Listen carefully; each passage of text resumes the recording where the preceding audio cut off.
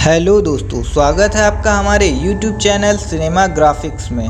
आज मैं 2020 में रिलीज़ हुई एक साई-फाई हॉरर मूवी को एक्सप्लेन करूंगा जो स्लीप पैरालिसिस पर बेस्ड है। इससे पहले भी स्लीप पैरालिसिस पर कई मूवी बन चुकी हैं, जैसे the nightmare, dead awake, between the darkness etcetera.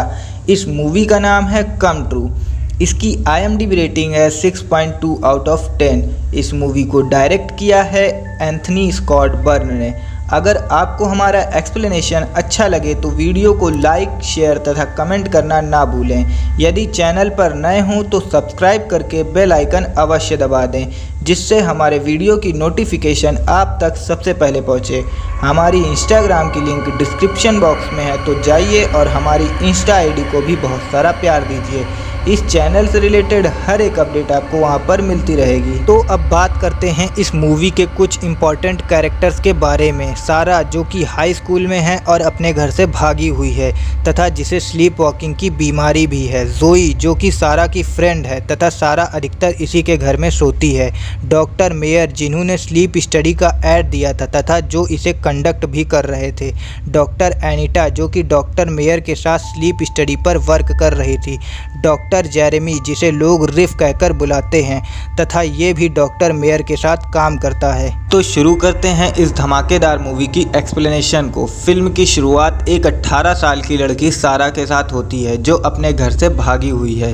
वो अभी भी हाई स्कूल में थी बट होमलेस थी। वो हफ्ते के कुछ दिन अपनी फ्रेंड जोई के घर में सोती थी, बाकी पास के एक पब्लिक पार्क में। वो अपने ही घर में चोरी से जाकर वॉशरूम यूज़ करती थी। सारा का रिश्ता अपनी फैमिली से ऐसा क्यों था, इस फिल्म में उसे ज़्यादा ठीक प्रकार से बताया नहीं गया है। सारा बचपन में स्लीप वॉक करती थी और बचपन से ही उसे एक ड्रीम हॉन्ट करता आया था। हम उसके ड्रीम में देखते हैं एक डार्क पहाड़ है जिसमें एक रास्ता है जो एक डोर को खुलता है। उस डोर के पीछे एक शैडो क्रिएचर था। फिल्म की स्टोरी 4 चैप्टर्स में बताई गई है और फर्स्ट चैप्टर का नाम है द पर्सोना। इन चैप्टर्स की इम्पोर्टेंस मैं वीडियो के आखिर में बताऊंगा, इसलिए वीडियो को अंत तक ज़रूर देखिएगा। अब हाई स्कूल के नोटिस बोर्ड पर सारा को स्लीप स्टडी का एक ऐड दिखता है। डॉक्टर मेयर नाम के एक डॉक्टर इस स्टडी को कंडक्ट कर रहे थे। सारा अपने आप को इस स्टडी के लिए इनरोल करती है क्योंकि उसे सोने के लिए एक अच्छा प्लेस मिलने वाला था और इसके लिए वो पैसे भी दे रहे थे। नेक्स्ट रात सारा जोन के घर पर सोती है, जहां फिर से उसे शैडो मैन का ड्रीम हॉन्ट करता है। इस मूवी का सेकंड चैप्टर है the anima and the animus. Sleep study group में टोटल 6 लोग थे, 4 मेंस एंड 2 लेडीज़। अब डॉक्टर एनिटा सारा को एक स्लीप सूट देती है जिसमें कई सारे सेंसर्स थे।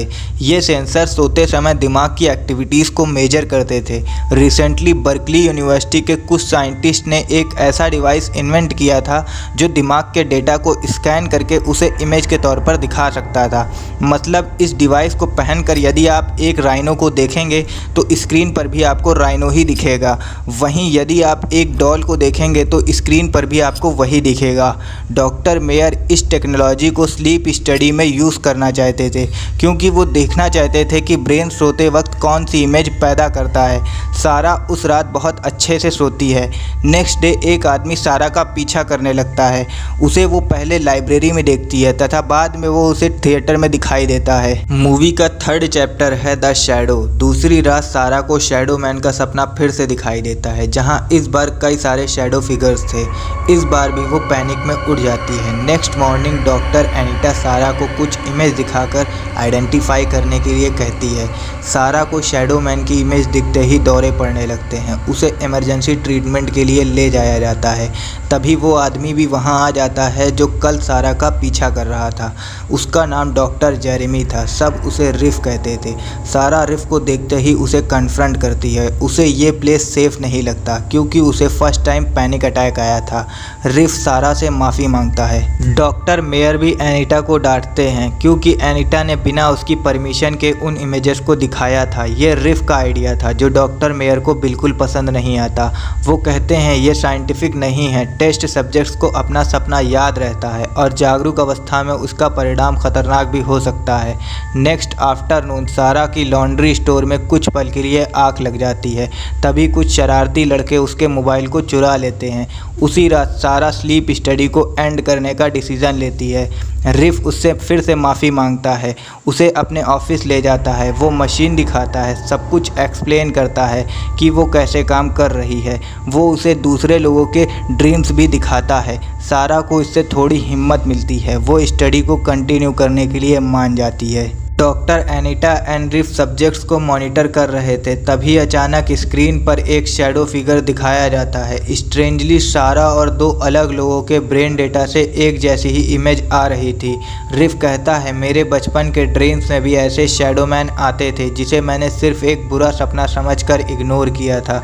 यहाँ उसकी थ्योरी ये थी कि कुछ ह्यूमंस के सबकॉन्शियस माइंड में ये शैडो मैन हैं, जिसे डिफरेंट कल्चर में डिफरेंट नेम से जाना जाता है। तभी सारा को दौरे पड़ने लगते हैं और वो खौफ से उड़ जाती है। वो इस ड्रीम से काफ़ी डर गई थी, इसलिए स्टडी को कैंसिल करती है। यहाँ उसकी लेफ्ट आई से खून टपकने लगा था। सारा यहाँ से भागकर एक नाइट क्लब में जाती है, जहाँ के वॉशरूम में वो बेहोश होकर गिर जाती है। रिफ उसे फॉलो करते हुए यहाँ आया था और वो उसे उठाकर अब अपने साथ अपने घर ले जाता है। उधर स्टडी सेंटर में एज़ यूजुअल रात के 2 बजे डॉक्टर मेयर आते हैं। हम स्क्रीन पर एक शैडो फिगर को देखते हैं जिसकी आंखें जल रही थी। वो सब्जेक्ट्स के बिल्कुल बगल में खड़ा था, मतलब सबको एक ही सपना आ रहा था। तभी अचानक लैब में इलेक्ट्रिसिटी चली जाती है और स्क्रीन्स ब्लैंक हो जाती हैं। मूवी का last but not least chapter है द सेल्फ। सारा अब रिफ के घर पर उठती है, जहां उसे फिर से शैडो मैन का सपना आया था। यहां रिफ भी सो रहा था और उसने भी अपने ब्रेन को मशीन से कनेक्ट किया था। सारा स्क्रीन पर कुछ इमेजेस देखती है जहां वो और रिफ इंटीमेट हो रहे थे। उन दोनों के वैम्पायर्स जैसे दांत थे। कुछ देर बाद सारा स्क्रीन पर शैडो मैन का फिगर देखती है, जिसका सपना अब रिफ देख रहा था। वो फ़ौरन जाकर उसे उठाती है। रिफ उठकर सारा को बेहोशी की स्टोरी बताने लगता है और उसे कॉफ़ी पर ले जाता है। सारा कॉफ़ी पीकर फिर से रिफ के घर पर सोने के लिए आ जाती है, क्योंकि उसके पास कोई और ऑप्शन नहीं था। यहाँ रिफ अपना असली नाम बताता है, जो कि डॉक्टर जेरेमी था। घर पर आकर सारा और जेरेमी इस बार रियल में इंटीमेट होते हैं, क्योंकि सारा को उस पर ट्रस्ट हो गया था। इंटीमेसी के दौरान सारा को फिर से दौरा पड़ने लगता है और कुछ ही देर में वो कोमा में चली जाती है। जेरेमी उसे फ़ौरन हॉस्पिटल ले जाता है, बट सारा को होश नहीं आता। जेरेमी हॉस्पिटल में रात भर वेट करने लगता है, जहां उसकी आंख लग जाती है। जब उसे होश आता है तो सारा गायब थी। वो हॉस्पिटल के सिक्योरिटी को इन्फॉर्म करता है। यहाँ अजीब बात यह थी कि उस रात उस हॉस्पिटल में सारा ही एक अकेली पेशेंट थी। जेरेमी वहाँ के CCTV कैमरे को चेक करता है, जहाँ सारा को स्लीप वॉक करते हुए देखा जा सकता था। वो फ़ौरन नीचे पार्किंग लॉट में जाकर उसे जगाने लगता है, बट वो चलते ही जा रही थी। स्लीप वॉकिंग में ऐसे अचानक उठने के खतरे भी बहुत होते हैं। जेरेमी अब डॉक्टर एनिटा को मशीन के साथ आने के लिए कहता है, क्योंकि वो जानना चाहता था कि सारा के दिमाग में क्या चल रहा है। डॉक्टर एनिटा आकर सारा पर मशीन लगाती है और उसके साथ ही चलने लगती है। इमेज में साफ दिख रहा था कि वो शैडो वाली ड्रीम में ही ट्रैप हो गई है। सारा चलते चलते एक ओपन फील्ड में आ जाती है, जहां अब स्क्रीन पर कई सारे शैडोज फिगर दिख रहे थे। तभी वहां पर एक मोबाइल फ़ोन का रिंग बजने लगता है, जिसे जेरेमी उठाता है। जैसे ही वो फ़ोन को खोलता है, सारा नींद से जाग जाती है। वो खौफ से काँप रही थी, क्योंकि उसने फर्स्ट टाइम उतने सारे शैडोज़ को देखा था। जेरेमी उसे शांत करके ले जाने लगता है। सारा उसके पास के मोबाइल को देखकर उसे आइडेंटिफाई करती है, क्योंकि वो उसी का खोया हुआ फ़ोन था। वो वहाँ कैसे आया, ये एक पहेली थी। सारा उसमें टाइम देखती है, जो रात के 10 बजे शो कर रहा था। जेरेमी अपनी वॉच में देखता है, वो भी 10 ही बजे शो कर रहा था। उसे कुछ समझ में नहीं आता, क्योंकि जब वो सारा को ढूंढते हुए नाइट क्लब गया था, तब रात के लगभग 2 बज रहे थे। अब इन तीनों को रियल वर्ल्ड में कई शैडो फिगर्स दिखते हैं, जिनकी आंखें जल रही थी। वो इन तीनों पर एक एक करके हमला करते हैं। जेरेमी एंड डॉक्टर एनिटा को किडनैप करते हैं। एक शैडो मैन सारा के फेस के बिल्कुल सामने आता है। सारा पैनिक में फिर से बेहोश हो जाती है। अब सीन शिफ्ट होता है। सारा को जेरेमी के घर में दिखाया जाता है, जहां वो न्यूड थी। उसने जेरेमी की आंखों को नोचकर उसे मार डाला था। सारा कंफ्यूज थी। उसकी बॉडी पर खून ही खून था, जिसे क्लीन करने वो वॉशरूम में जाती है। वहां उसके फ़ोन पर एक टेक्स्ट मैसेज आता है, जिसमें लिखा था, प्लीज़ जाग जाओ, तुम 20 सालों से कोमा में हो। हमने तुम्हें कांटेक्ट करने के लिए नया तरीका ढूंढ लिया है।